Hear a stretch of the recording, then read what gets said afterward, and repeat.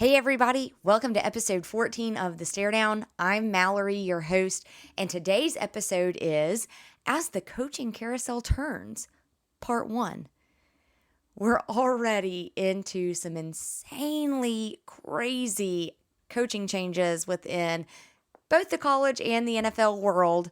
So, without further ado, you know what time it is. Sit back, relax, grab a drink or two, and let's listen to The Stare Down. All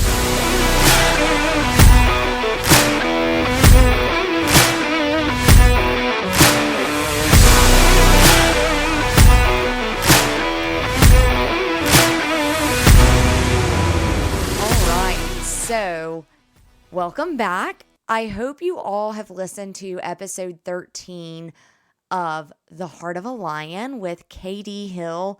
Y'all, we're just a few days away from his second annual Chucky Mullins Thanksgiving dinner for the Oxford Housing Authority, and I am so excited because as of right now, it's still looking like I'm going to be there to help.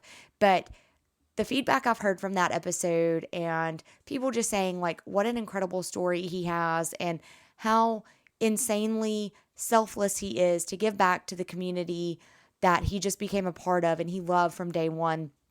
It's just been so fun to watch that and to listen to that. So I hope you all will stay tuned. I have a feeling episode 15, which will be the day after Thanksgiving, will shed some light on Katie and I actually getting to meet in person. That's the goal. I can't wait. But I'm really excited to see him and see his work and get to meet the people of Oxford Housing Authority, the reason why he wants to do that. So I think it's going to be a good follow on. Like I said, I hope you'll tune in. But if you tuned into episode 13 and you're tuning in now, I really appreciate it. So let's go ahead and jump into the big stories of the week. And obviously it is the big story of the week because we're here. We're talking coaching changes, the coaching carousel, or Jimmy Sexton season, as I like to call it. But in all honesty, there's been nothing else that's really dominated the headlines. I mean, it even kind of pushed the Michigan saga to the back, but we're going to get to the Michigan saga in a second. I want to touch on the main things first. You saw Mississippi State and Texas A&M play a game on Saturday, or if you're like me, you didn't see any of it because who really cares? I'm not saying that to be controversial. I'm not saying that to be a smartass. I'm just saying that because honestly, nobody cared. Everyone knew that the writing on the wall for Jimbo was there. I don't think anyone really truly believed that the writing was quite dry for Zach Arnett at State, but the fact that both coaches ended up getting fired after this game is quite possibly, I think, a first. I mean, you have the Joe Moorhead and the Matt Luke stuff of 2019 after the acting like we're peeing in their end zone incident. Elijah, I forgive you. Everybody should forgive you, right? Like, things happen. You're in the moment. Emotions take over. But even that wasn't to this point. I mean, I think everyone kind of knew Matt's time was up. I'll have to go into it at a further episode as to what my true feelings are about Matt and what he was given and the circumstances there. But Joe Moorhead gets to go coach the bowl game and go through all of that, and then they fire him.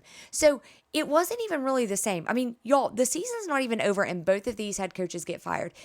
And it's not even that they got fired. It's that Jimbo was going to get his, like, $75 million payout. And even if he goes and gets another job, he still owed that $75 million. I beg someone, please fire me for a tenth of that. I'll take $7.5 million for you to tell me to go right off into the sunset and never come to work again. I am more than happy to. Do you know how many amazing episodes of the podcast I could have? We could go to Ireland and talk about rugby, and we could go to the Olympics and talk all the Olympic sports. Like, $7.5 million for me would get me so far, but I guess I'm just not smart or lazy enough to get to that point. I don't really know, but I say all of this kind of in jest. There is a little bit of like truth. Please fire me for $7.5 million. I will totally take that. But $75 million to get paid to not do a job that you kind of weren't really doing anyway. Yeah, I said it. I said kind of what everybody was thinking. Man, wouldn't we all give that? Like what wouldn't we give to have that given to us? So Jimbo is absolutely the winner in this. Texas A&M honestly should have done it last year, in my opinion. I'm really glad they didn't, because with Texas and Oklahoma coming into the SEC, this is going to kind of put them a year behind. And so I'm personally glad they didn't. We were able to, from an Ole Miss standpoint, go in, show our dominance, and hey, if their kids hit the transfer portal, we're coming for you. Lane said it. They have an NFL caliber roster, and he's not wrong. They do 4 and 5 stars. They're rated that, right? Like, again, probably another episode as to when we get into how kids are rated, because you can have a 3-star that nobody knows about. Quinshon Judkins, KD Hill, I'm just saying, Mike Hilton, all of those guys. Evan Ingram even. Like, you have all of them, and they weren't rated 4 and 5 stars. But 4 and 5 stars, man, if they're put in the right system and they thrive, they're going on. They're going on to the league. They're going to do things, and it continues to pay dividends for the college. But I digress. Jimbo's no longer there. Zach Arnett, y'all, I feel bad for him. And that hurts. Like, he was given a situation, and he agreed to take a situation that I don't know many people would take. It would take someone who truly, truly loved that university, or truly, truly loved that group of players and coaches that were there. Maybe Matt Luke can understand that and feel for that and relate to that. But what Zach did in accepting the job so soon after Mike Leach passed away. And everyone loved Mike Leach, right? Like, he was totally that crazy uncle that you were like, well, crazy Uncle Mike over here lost his mind. He's talking about weddings and just eloping.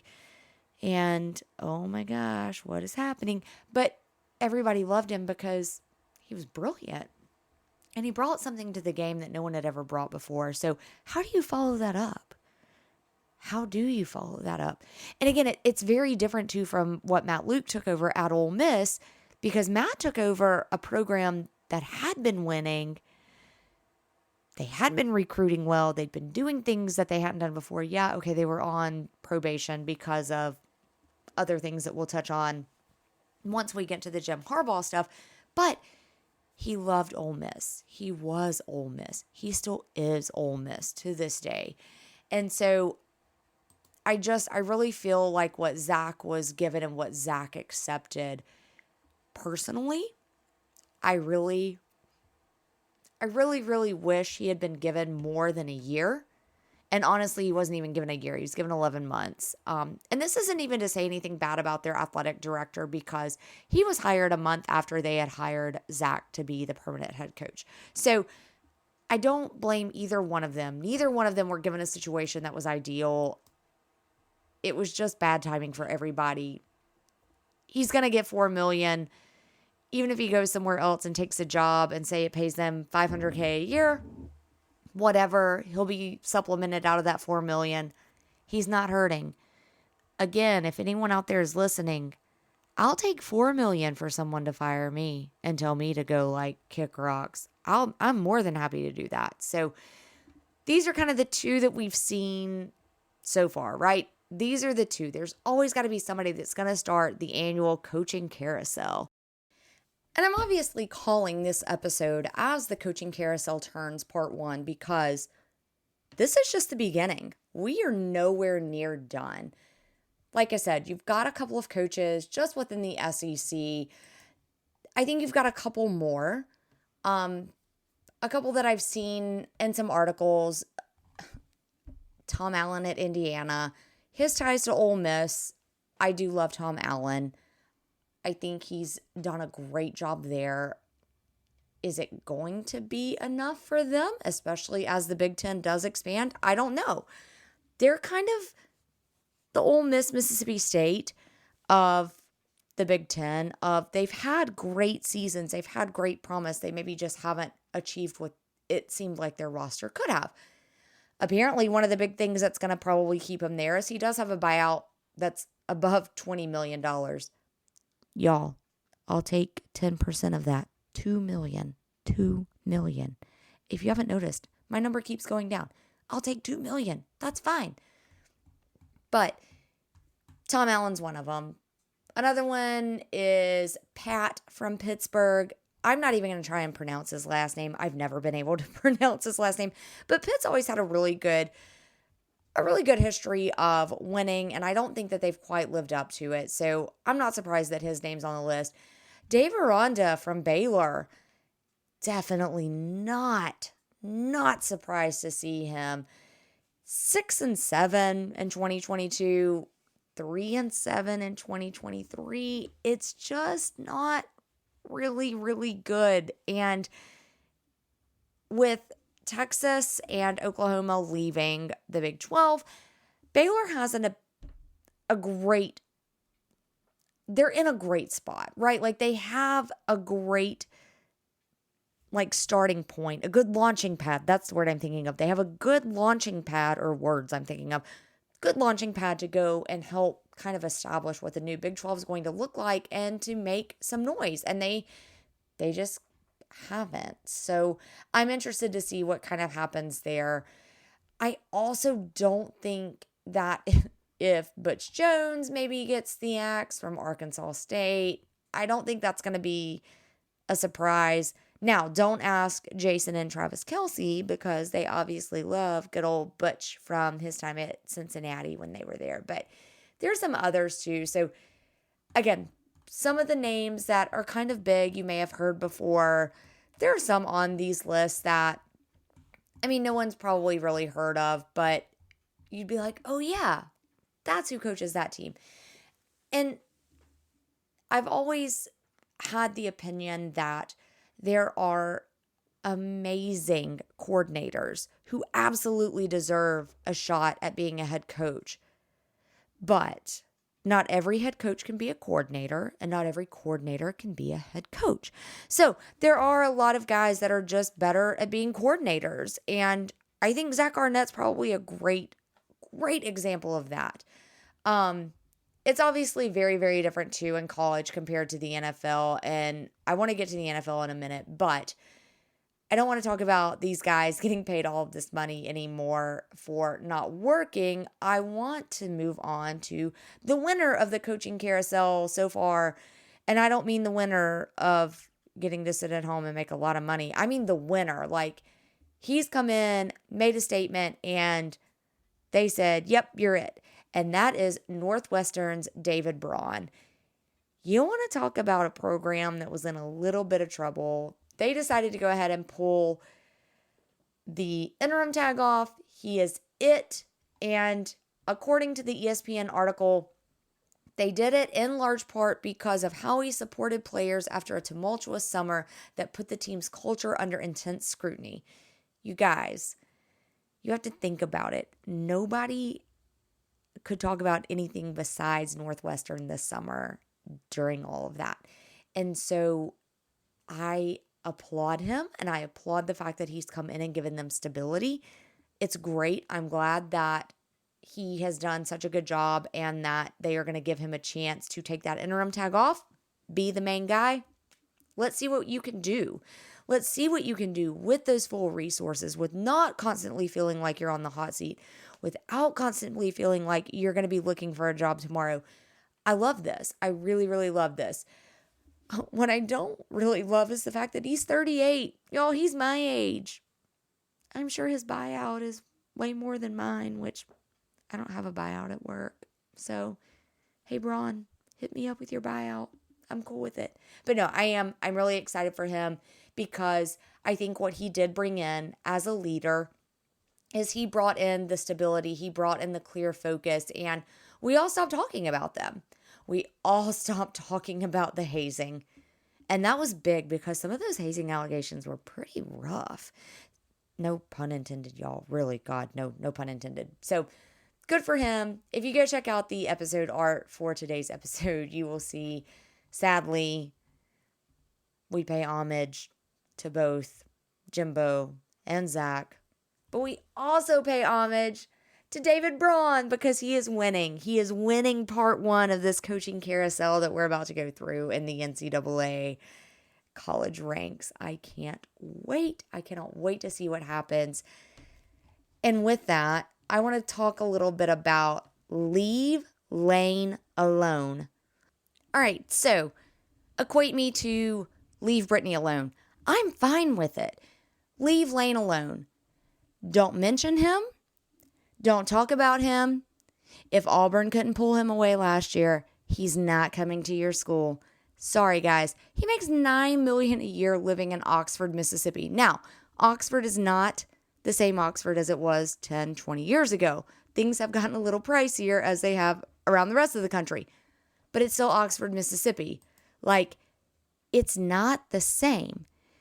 Now, good on Jimmy Sexton for keeping Lane relevant, keeping people talking about him, because what he's going to do is he's going to continue to get Lane his yearly extensions. Congratulations. Good for you, Jimmy. You make that paycheck. Lane makes his paycheck, and we're all happy. Because you guys, if you had told me prior to this season that Ole Miss at this point would be 8-2, and our 2 losses would be on the road at Bama and Georgia, I would have looked at you and been like, where do I sign? What do you want? You want my left pinky finger? You want my right foot? I don't know. I don't know what you want. Like, you can have it. You can have whatever you want. Do you want my dogs? Okay, you can't have my dogs. But I would have loved it. I would have been like, hell yes, let's go. I'm here for it. So leave Lane alone.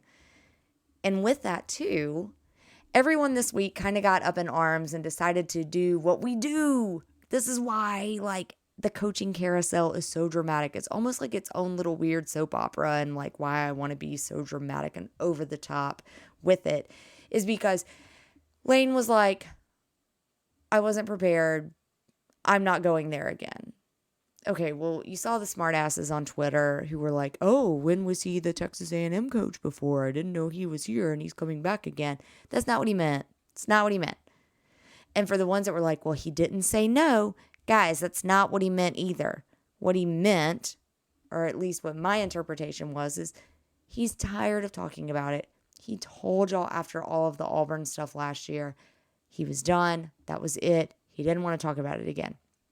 So I'm recording this on Thursday, November 16th, and one of the things that actually just broke a few hours ago from his interview on Reb Talk is that Jackson Dart is coming back for a 3rd year at Ole Miss. Let's go. Y'all, I am so pumped for this. Like, this is like Eli coming back for his senior year and Peyton at Tennessee coming back for his senior year. Like, oh, like, I'm ready. Lane's not going anywhere. Why would, like, Jackson's coming back? If Jackson comes back, the offense stays together. He's building it. And I truly think he's building it, especially as you do start to see some of these conferences that are really going to change over the next year or two. I mean, hell, the SEC is going to look completely different next year. But I think Lane understands now that he's in a great spot. We are here for him. Like him or love him or indifferent him, Oxford is the place for him, and he's here for it. So leave alone, y'all. Leave Lane alone. I'm going to say it so many times that I'm going to say it like so backwards, but leave Lane alone. Okay, thanks. Bye. I think that's honestly all I really want to talk about in terms of coaching changes in the NCAA. I do kind of want to talk about the NFL a little bit. Just two things I want to point out. You saw the Bills make a change within their offensive coordinator this week, Josh Allen, came out and said too, like, it's hard to not take that personally because he feels like he's the reason that happened, but sometimes things just don't fit. So Josh, don't take it too personally. It is all business at the end of the day. But again, it's hard to not take it personally when you understand that that's a good person. You have a connection with them. So I totally appreciate and see the sentiment. He'll be fine. I think he's going to end up going somewhere. He's going to end up being a great offensive coordinator. Dear God, take him to the Giants. Please, somebody help my dear, sweet Giants. Please, we're begging for help. We're begging for help. Come help us. Anyway, someone's going to pick him up. He'll be good. Yeah, that's that one. The other one is obviously the Las Vegas Raiders. And you've seen Antonio go in there, and for 2 weeks in a row, they've won. I'm loving the smoking cigars. It is whatever it is. Do whatever you got to do to motivate them. I hate that one of the wins was against my Giants and against his home team, but he gets it, right? Like, he just needs anything at this point to get them motivated. So I'm here for it. I am kind of interested to see what some of the changes are in the NFL. And that actually leads me to my next point, which is the Jim Harbaugh situation at Michigan. So, breaking news as of this afternoon is that Michigan and Jim Harbaugh are actually dropping their lawsuit against the Big Ten. They are going to accept the 3-game suspension where Jim will not be allowed to stand on the sideline. He's already served one of those 3 games. He will not be able to coach on the sideline this weekend or next weekend. Next weekend being the big one against Ohio State. A couple of things that this says to me is, one, he kind of knew that, like, at the end of the day, he's the leader of the team and he was going to be held accountable. I'm so glad it took him how many years to finally figure that out? Anyway, I digress. The second thing it says to me is that I think Michigan knew that if the Big Ten continued to dig, they may not like what happened. So the deal they struck was drop the lawsuit and the Big Ten will also drop their investigation. You know what? That's what a plea deal is. And that's kind of what happened here. So I don't hate it. I don't love it. He is being held accountable. Am I still going to be a little personally offended somehow? Because, you know, it personally affects me. If they end up making it to the Final Four and end up playing in the national championship game, yeah, I am. Because I still feel like they cheated. But Jim is serving his penance. That those who are way smarter than me in this area, they have the jobs, supposedly, that makes them the experts in it. They've all agreed. Serving this, it means he's good. He'll be cleared, whatever. All right, cool, whatever. I will still stand by what I said to friends. I can't remember if I've said it on the podcast or not, but I know I've said it to multiple friends. After this year, Jim Harbaugh will not be the head coach at Michigan. He will jump to the NFL. Don't be surprised if he coaches the Las Vegas Raiders. Don't be surprised if he coaches somewhere else. The New York Giants, please God, not the Giants. Please God, no. He can go coach the Raiders for all I care. But I just don't think he's going to be at Michigan. I think he's going to jump to the NFL. I think he's going to pull a Pete Carroll. I don't think it's going to be Pete, man, he knew. He was smart. He knew. I think Jim is desperate at this point and knows, but I think you're going to see him in the NFL next year. So that's how I'm wrapping up coaching changes. Love it or hate it, drop me some feedback, which actually leads me to my next topic, which is a very somber topic, but it is some of the feedback that we have received from a listener, and it's a new topic. And the topic is the arrest of a man on suspicion of manslaughter after the hockey player in the UK took a skate to the neck and died. This week, police in the UK arrested someone in connection with the death of the Nottingham Panthers ice hockey player Adam Johnson. He was a former NHL player for the Pittsburgh Panthers, I believe. Are they the Panthers? No, God, they're the Penguins. Y'all, I'm really sorry. I think it's the Penguins. Oh, God. Ugh. Anyway, the Pittsburgh team in the NHL. He played for them previously. He was playing in the UK now.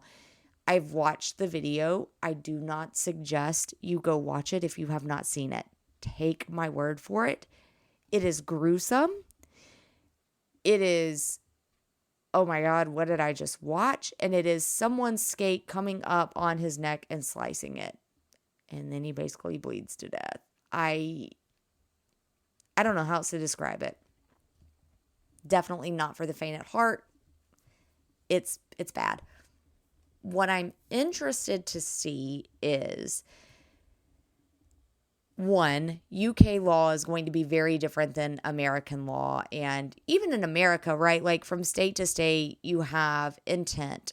So you go from manslaughter to murder based on intent or an accident or anything like that. So how does that relate to UK law? And if he was arrested in suspicion of manslaughter, then what does that mean? Like, I think where I'm getting at is you look at Brad Gaines. Chucky hit Brad in that game 34 years ago, and Chucky broke his neck. Well, in this case, would it be manslaughter? I don't know. I don't understand quite the intent of the law and how it can be suspicion of manslaughter. I do want to do a little bit more research. Megan, that you heard on one of the episodes, the M-Cube Network, her and her sister Mallory, Megan is actually a lawyer who just passed her 4th bar exam, by the way. She's now licensed in like Tennessee, Mississippi, Florida, and I can't remember if it's Georgia or Louisiana. But anyway, she's smart. She knows the law. And so I want to kind of ask her, and then also if anybody has anybody else that they know that could help us out in sports law, like send them to me, because what I want to understand is, one, the difference between the UK and the US in terms of manslaughter. And then second of all, what would the intent be? Is it because he maybe was making an intent play? Are we talking the equivalent of like a personal foul in the NBA and then you make it a flagrant 1 or a flagrant 2? Is that what we're talking? Like, is that kind of where they're going? I don't know. But it's a very sad situation because to me, it's not like he took his skate or took a random skate, walked up to him and like sliced his throat with it, right? Like, it almost feels like from my eye, it was just a freak accident. So how does that hold him accountable? And at what point do we hold athletes accountable for that? Is that when you get into kind of the targeting stuff and some of the other calls within American football that we all disagree with? Is that when you get into, I don't know, could there maybe have been some NBA players this week charged with manslaughter attempts because they held people in chokeholds? Y'all, like, where do we draw the line? And so I do kind of want to explore this a little bit more. Like I said, this was a listener topic that they brought up, and I think it's a great one. I didn't quite have the time to do the research on it that I wanted to, but I'm not going to forget it, and I do want to bring it back up because it is very important. I think it is something that is going to shape the way sports are played, just kind of like NIL and transfer portal are doing in college sports in America, the same way that some of the Olympic rules are handled, and you see competitions being judged and scored certain ways across the world. So I want to come back to this. I'm not going to forget it, but yeah, if you have thoughts on any of the coaching carousels and you want to bring them up, please shoot us a line, because like I said, this is not going to be the last time we talk about it, and I will absolutely talk about listener topics. So on that note, let's take a break. I want to get into a couple of more topics, and then I want to end it with the most important message. I'm sure you can guess. It's going to be the Venmo and the Cash App for Katie Hill for the Thanksgiving dinner and then the toy drive that he's going to do for kids. So we'll be right back after this quick little music break.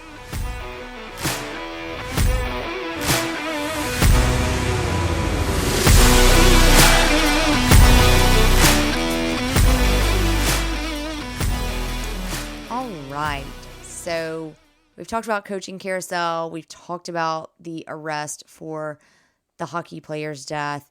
And one of the things, too, that I don't think I mentioned that I do want to bring up is that UK police are not giving out the name as to who was arrested. I kind of feel like it's obvious. It is obvious that it was a guy whose skate hit him in the neck, but we're not sure. So, again, more to come on this topic. I just wanted to make sure I made that point. All right, now, I got to call a girl out. I'm sorry. I really like her. I really, really like her. But man, today, we're not flinching on this one. So this is going to be this week's Don't Flinch. So Charissa Thompson made headlines this week for the wrongest of reasons when she admitted, and it's not the first time, but it's probably the most publicized time, but she admitted that as a sideline reporter, she has made up sideline reports during games in the past. Begin quote. I've said this before, Thompson said on Barstool Sports, Pardon My Take podcast. I haven't been fired for saying it, but I'll say it again. I would make up the report sometimes because A, the coach wouldn't come out at halftime, or it was too late and I didn't want to screw up the report. So I was like, I'm just going to make this up. End quote. Y'all. Do I even have to say it? I mean, do I really? Do I really have to say it? Thank you for setting women in sports and sports reporting back 20 years. Congratulations. We're just so timid and dumb. We're not going to go chase what we need. There's no rule that says it has to be the head coach. Now I get it, right? Like Lane doesn't allow his coordinators to talk, but there's going to be someone else. There's always a sports information director. There's going to be an injury or there's going to be something that you can go and ask them. Look, even if you come out and say, hey, Lane Kiffin didn't come out, but looking at the first half stats, what I see is they went for it on 4th down 3 times and they made it none of those. I bet Lane would prefer if they made it. You can say stuff like that instead of putting words in his mouth. That is lying. That is straight up lying. And every female reporter that has called you out on Twitter and every other social media platform absolutely needed to. Now, do I want to give you the opportunity to respond and to apologize? Absolutely. You absolutely should. And you should apologize to every single female in sports because, well, if we don't get what we want, we're just going to make it up. And y'all, I have been told that shit so many times in my life. You don't know what you're talking about. You're just making that up. Thank you, Charissa. You just fed into the narrative that I am trying my damnedest to fight every dang day. And that all of these women in sports are trying to fight. Look at Susie Colbert. She got let go from ESPN and she was so good. She hosted NFL Sunday Countdown on ESPN and she got let go. She never even admitted to lying. And here you are, you're admitting to it and you're still on a broadcast. You're not just on one, you're on 2. You're on Fox and you're on Amazon on Thursday nights. I'm sorry. Accountability. You deserve to be held accountable. And on that note, I'm getting off of this soapbox because I am obviously getting way too fired up. But Charissa, there's no excuse. There is, honest to God, no excuse. I've always been told this by my parents, and I fully 100% believe it.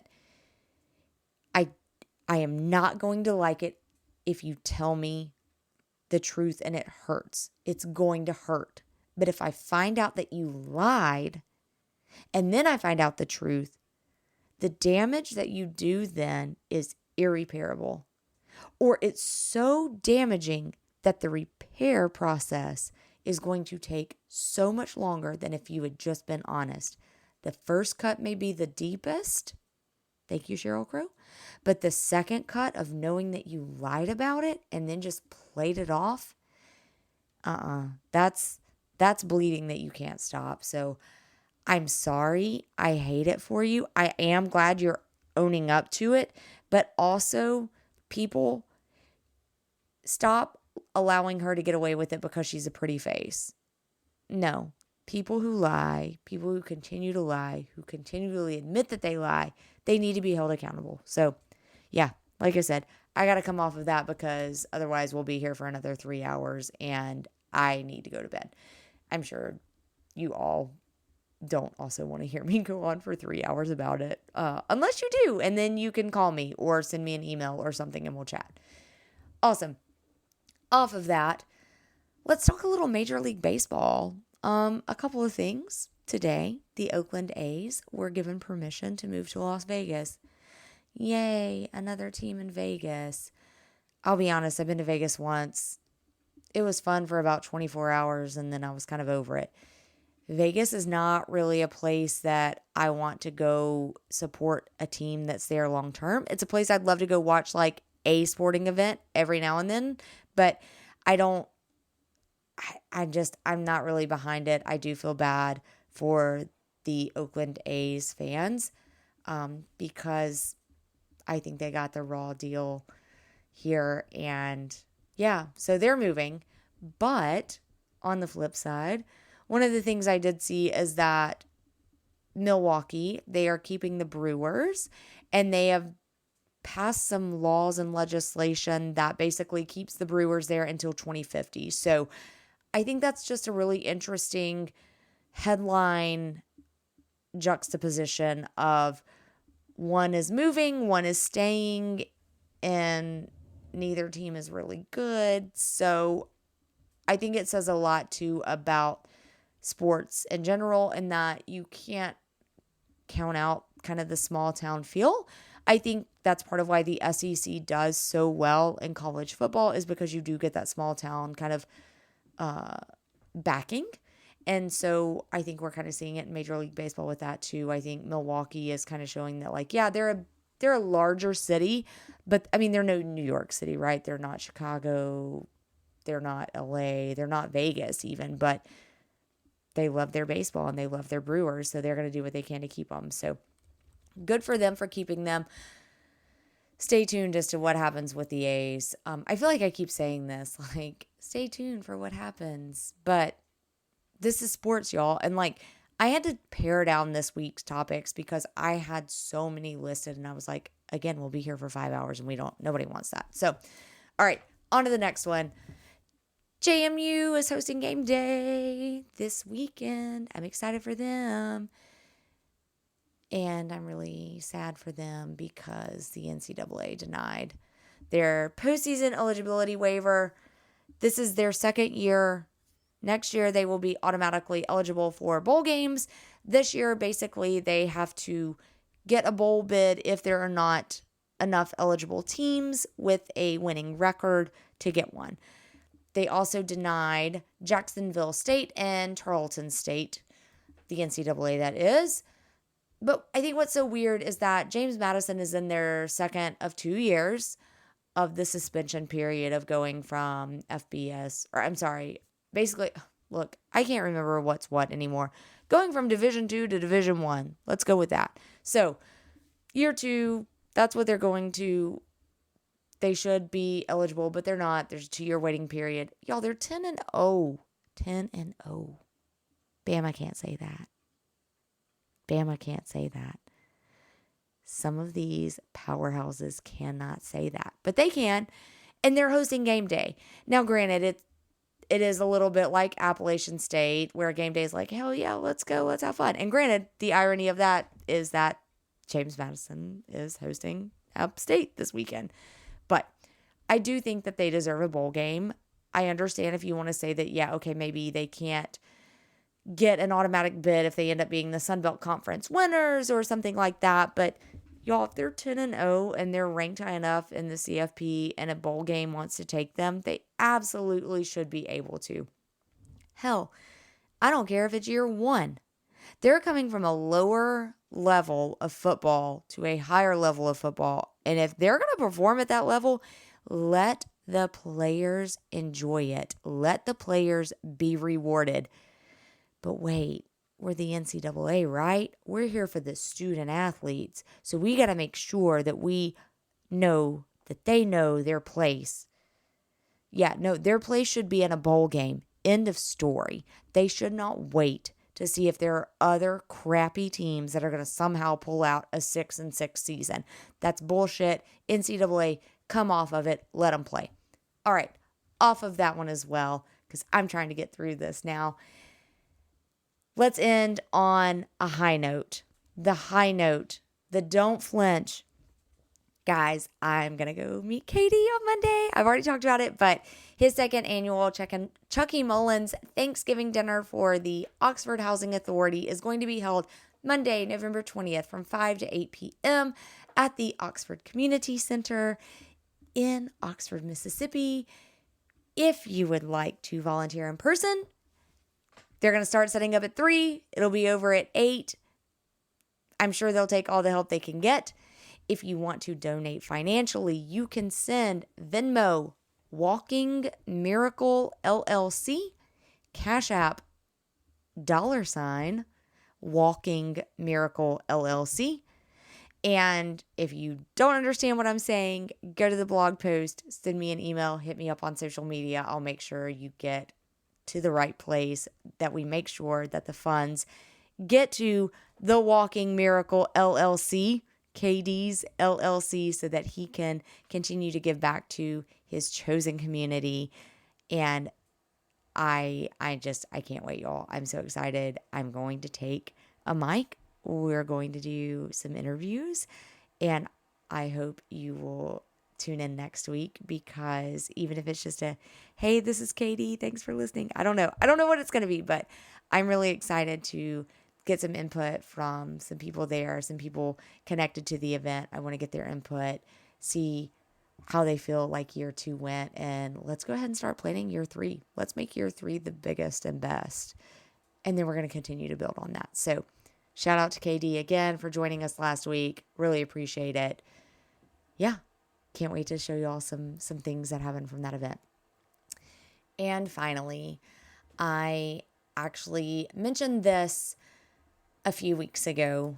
My hometown, there was a man by the name of Stephen Perkins. He was shot to death in his driveway, basically, by police in the middle of the night. There have been no major changes. There have been no arrests of the police officers.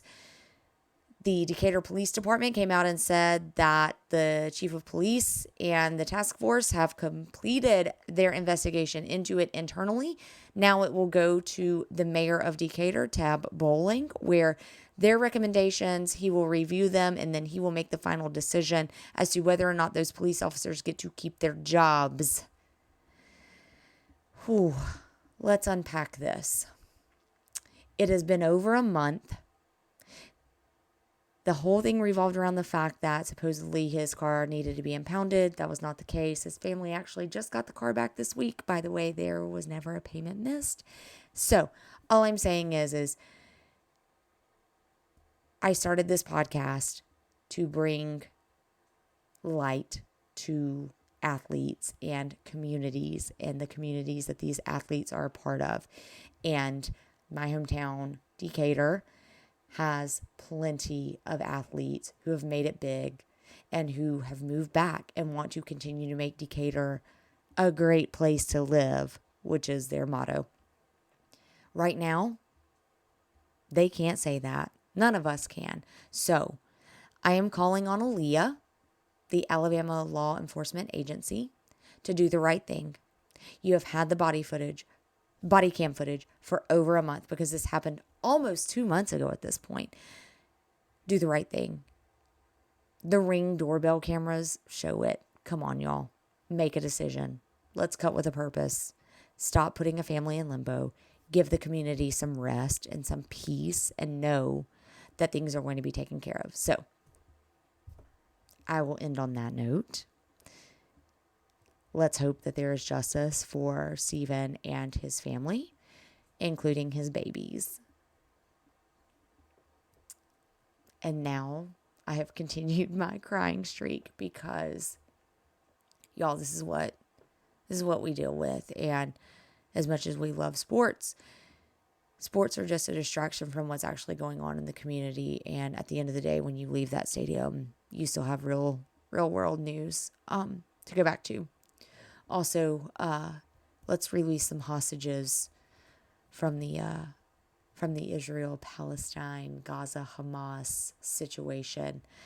Let's release the hostages. It's past time.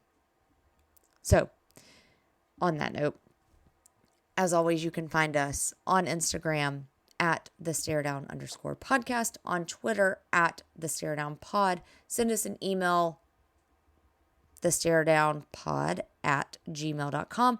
Find us on Facebook at The Stare Down. Stare Down is one word. You can always leave a comment on any of those platforms. Like I said, send us an email. You can always go to thealabamatank.com. Leave a message on the blog post, any of them.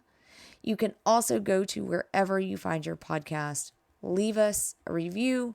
Drop us a line there. We would love it if it was 5 stars. And by we, I mean me, myself, and I. I would love it if it was 5 stars if you're enjoying this. But yeah, hit us up. We always love to hear from you guys. So on that note, as I go into the last home football game at Ole Miss this weekend, I cannot believe we're at this point. Football season has flown by. You know what time it is. Sit back, relax, grab a drink or two, and thanks for listening to The Stare Down. Hotty toddy, y'all. We'll see y'all next week. Have a good one.